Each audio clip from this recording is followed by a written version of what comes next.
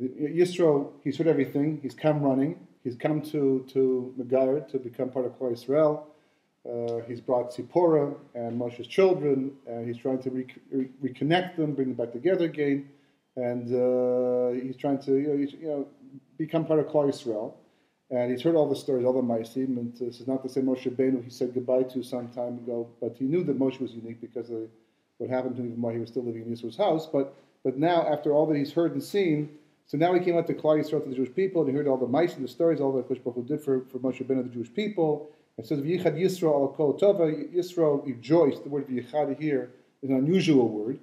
Rashi explains it to, or the pasuk, the translation usually is that he rejoiced. There's lots of other words to say they rejoiced in the word V'yichad. How many times people use this in conversation, or even throughout Tanakh. And as a result of that, the Gemara darshans out that different pshatim, one of which is that he had chadudim, meaning that when he heard the stories of what happened to Parah, Mitzrayim, even Amalek, and Kriyas Yamsuf, that he got goosebumps all over his body, but not because he felt positive, but because he was disturbed by the entire event. And the Gemara says from this, you learn that even for 10 generations after a person converts, you shouldn't make fun of the people that he came from or from the Gentile world, because it takes a while for a person to transition from one to the other, even though the person, intellectually wants to become part of Klal Yisrael, but it's not so pashut. Emotionally, it takes a while to get used to being part of the Klal Yisrael. So that's what the Gemara darshans out, that basically Yisro had some kind of still connection, kesher. He was a man of the world. As Rashi points out, he tried all the various different avodah before he finally turned to Kosh Baruch Hu and Torah and mitzvahs. So that's one pshat. But the other pshat is not the one that Rashi brings down, but one that actually can learn out from the fact that the Sefer Torah itself doesn't have any nikudot. So very often, because it doesn't have nikudot, the word can be read differently. And because it can be read differently, often it opens up to other drashim on different levels. So you can actually read the word v'yachad, which basically means that Yisro unified. Right? V'yachad Yisro unified al kol tova, on all the good that Hashem did to Bnei Israel and they saved them from the hand of Mitzrayim. So what's v'yachad? Well, Yichud, obviously, is a very important inyan in this week's Parsha because, again, as Rashi points out, it mentions that the V'yichan Tachad Ahar, the Jewish people camped at the base of the mountain very shortly, and Rashi brings down the famous vort that they got to the level of Ishach HaBalevuchad, because it should say V'yachanu, they camped, but it says he camped. So the question is, why does it mention in a singular? Because it was a phenomenal miracle, given the Jewish people, 2 Jews and three opinions, and 4 Jews and 10 shuls, and all these different jokes we have about ourselves. But it was a singular moment in history when the Jewish people were able to unify to such an extent that it became like a single individual with a single heart. Very, very unique circumstance because of Kabbalah Torah, because of the magnitude of the miracle and the event taking place. It transformed them. And we had to know, at least at one time in history, that the Jewish people were objective. At least one time. And when was that one time? That was by Har Sinai. So we at least know that the Torah that was received was the one that was given in the end. What happens after that? You see 2 Jews, 3 opinions, and different, kehilas, and different minhagim and all that. But the essential Torah was the actual Sefer Torah that Kosh Baruch Hu gave to Klal Yisrael. So Yichud and Achdus is extremely important in this week's Parsha for the sake of the veracity of Torah and more than that. And that's what's going on with Yisro, because over here, this little piece, it's a very deep idea, and he goes in for, that's what the Gemara says. This is a classic Gemara. It says, Adam roitze b'kav shelo mitesha kavim shochavero. A person, the psychology in life is that a person would prefer 1 kav of his own as opposed to 9 kavim of his friend. It's not a quantity thing, it's a quality thing. That really you get more pleasure from just $1 of your own than taking $9 from your friend. Even though it's $9, it's $8 more than what you have. Because the one is yours, there's some special connection to it that gives you more pleasure in life than the quantity aspect coming from somebody else. That's what the Gemara says, and I never quite understood what that Gemara meant. I didn't relate to it. I always thought the $9 was better. But he explains why. So he says, that is because he said,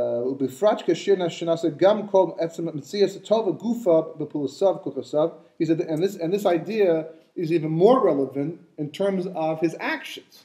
That we like to do good things and produce good results. That's what makes our life meaningful. Even if we feel tired and we're lazy and we don't want to get involved, but the reality is, people always feel better after doing good. It's the most important cure for depression. Depression works against this. People who get depressed don't feel like doing anything positive.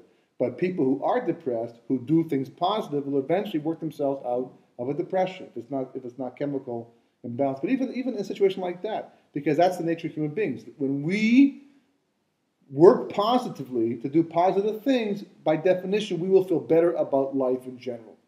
And he says that's the main hana, and explains why does it work that way. This is a very interesting point.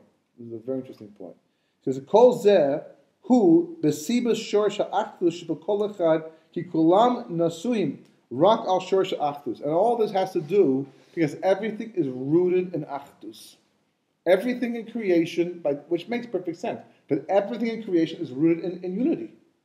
The ultimate unity, of course, is HaKadosh Baruch Hu. So we all come from Him. Everything emanates out from HaKadosh Baruch Hu's light. So by definition, built into everything in my Bereshis is this quality of unity and desire for unification, automatically, whether you like it or not. So it says, Shu penimis hakol, that's what's inside everything, but who noises kulam, it carries the whole world. So that's why a person prefers himself in the end over the rest of the world. In other words, he like what belongs to him. Uma shehu shalo hu chaviv lo, right? Mikol, right? Whatever belongs to a person, he will ultimately want that more than anything else in the world. So, taken to an extreme and abused is the concept of greed. People are greedy. People can be greedy, right? The whole crash of 2009, they say, was greed-driven. People were totally irresponsible about their investments because it was just a question of making more money and more money and more money, eventually caused the crash. But where does that drive for? Where does that greed come from? Where does that drive for greed come from? That people want to take so much for themselves in the end. So he says, because a person is more driven towards what belongs to him, he wants for himself because there's a certain unification. Kihu, because the person is one with it. The person, by definition, will have a desire much more for that which is unified with him, which is unique to him. Because that's what carries him for the most part.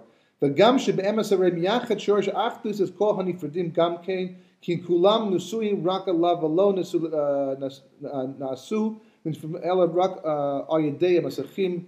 Is the next point, but the idea he's saying over here is that really that's what's driving all of creation, whether you can see that or not, which is very hard to see because the world seems to be in the exact opposite mode. The amount of hatred and killing and hafrada in Ma'aseh Bereshis would suggest that they're built into the exact opposite of achdus. So he explains that until Moshe comes, the achdus takes place at a panimistic level. The world is actually unifying, coming together on a spiritual level, the physical aspect of which will only become recognizable in Yemos HaMashiach onward. The final stage of Tikkun is actually in fact, the three stages of Tikkun. The first stage of Tikkun is called Seder Tikkun Klaus, the order of the Tikkun of inclusion, of everything become unified. That happens on a panimistic level. The next level is called Tikkun Sod Klilus. The tikkun of the mystery of inclusion, that's the Yemos HaMashiach, when physically the world will begin to unify. And the final stage of tikkun, which takes place way down the road in Olam Haba, the later stages of Olam Haba, is called tikkun sod achdus, which is literally the tikkun of the sod of the mystery of all of achdus, when all of creation becomes unified to an extent that there's no real individuality anymore as we understand it. Somehow we maintain some aspect of individuality to make possible our enjoying the world to come for all the mitzvahs we've done in this world. But the world would not look anything like it looks today, where people are separate one from the other. Even before the chet, when Adam was made from light, it says that man will become basar echad with his wife. So before the chet, we got the skin that was possible even physically to do that. Today, it only happens, as Rashi points out, to the children genetically. But that's the driving force of creation, of all of creation, not just me and you and the world around us, but also the table and the walls and everything in Ma'aseh Bereshis wants to go back to become unified once again and no longer separate. So he says that today, since the Chet of Adam Rishon, and after that the Chet of the Egel Zahav, that unification only takes place through Mesachim v'Mechitzos, through mass and through external as a result of externalities. Shehu Mechomius v'Avius Shehu Besibas Zahamash Odei Al Panim Esam Heim Yichadim La'olam. Right, that unfortunately, because of the Chet of Adam Rishon, we can't achieve the level of Achdus we want to be able to achieve. That's the root of 2 Jews and 3 opinions. We'd like to be unified. We'd like to have one shul and one opinion. But unfortunately, the bodies we have, the types we have, the guidance we have, cause separation. But on a panimistic level, that we are all unified. We are all one. And we'll go back to being that way once again, as we saw by Har Sinai. It's certainly possible. So it says that... He says, in the meantime, all that's nicker, all that's recognizable, is a yichud, is a yoter atzum, lechen hu tshuka adam tamid l'shalo, ki hu matzmo el atzmo asher hayichud, ezehu nicker gematar. So that's the basic idea of why a person prefers his own. We are driven towards ourselves. We are driven towards our own property.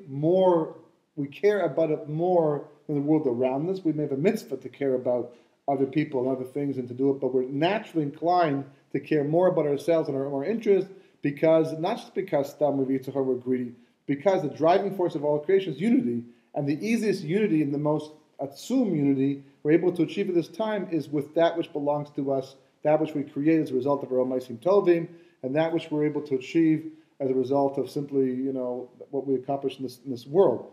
So that type of unity is singular, right? This is what goes on in my own personal life. This is what goes on in your own personal life. We have no connection, except perhaps to get together once in a while and share a concept. But there are moments in history where the situation will be so overwhelming that the unity on the panimistic level will actually begin to appear on the external level as well. That's what happened by Har Sinai, and that's what happened to Yisro. The other pshat in the Gemara of what of Yichad, Yisro means from the word Chad. The whole question is what's the root of the word. So one root is the one shorish.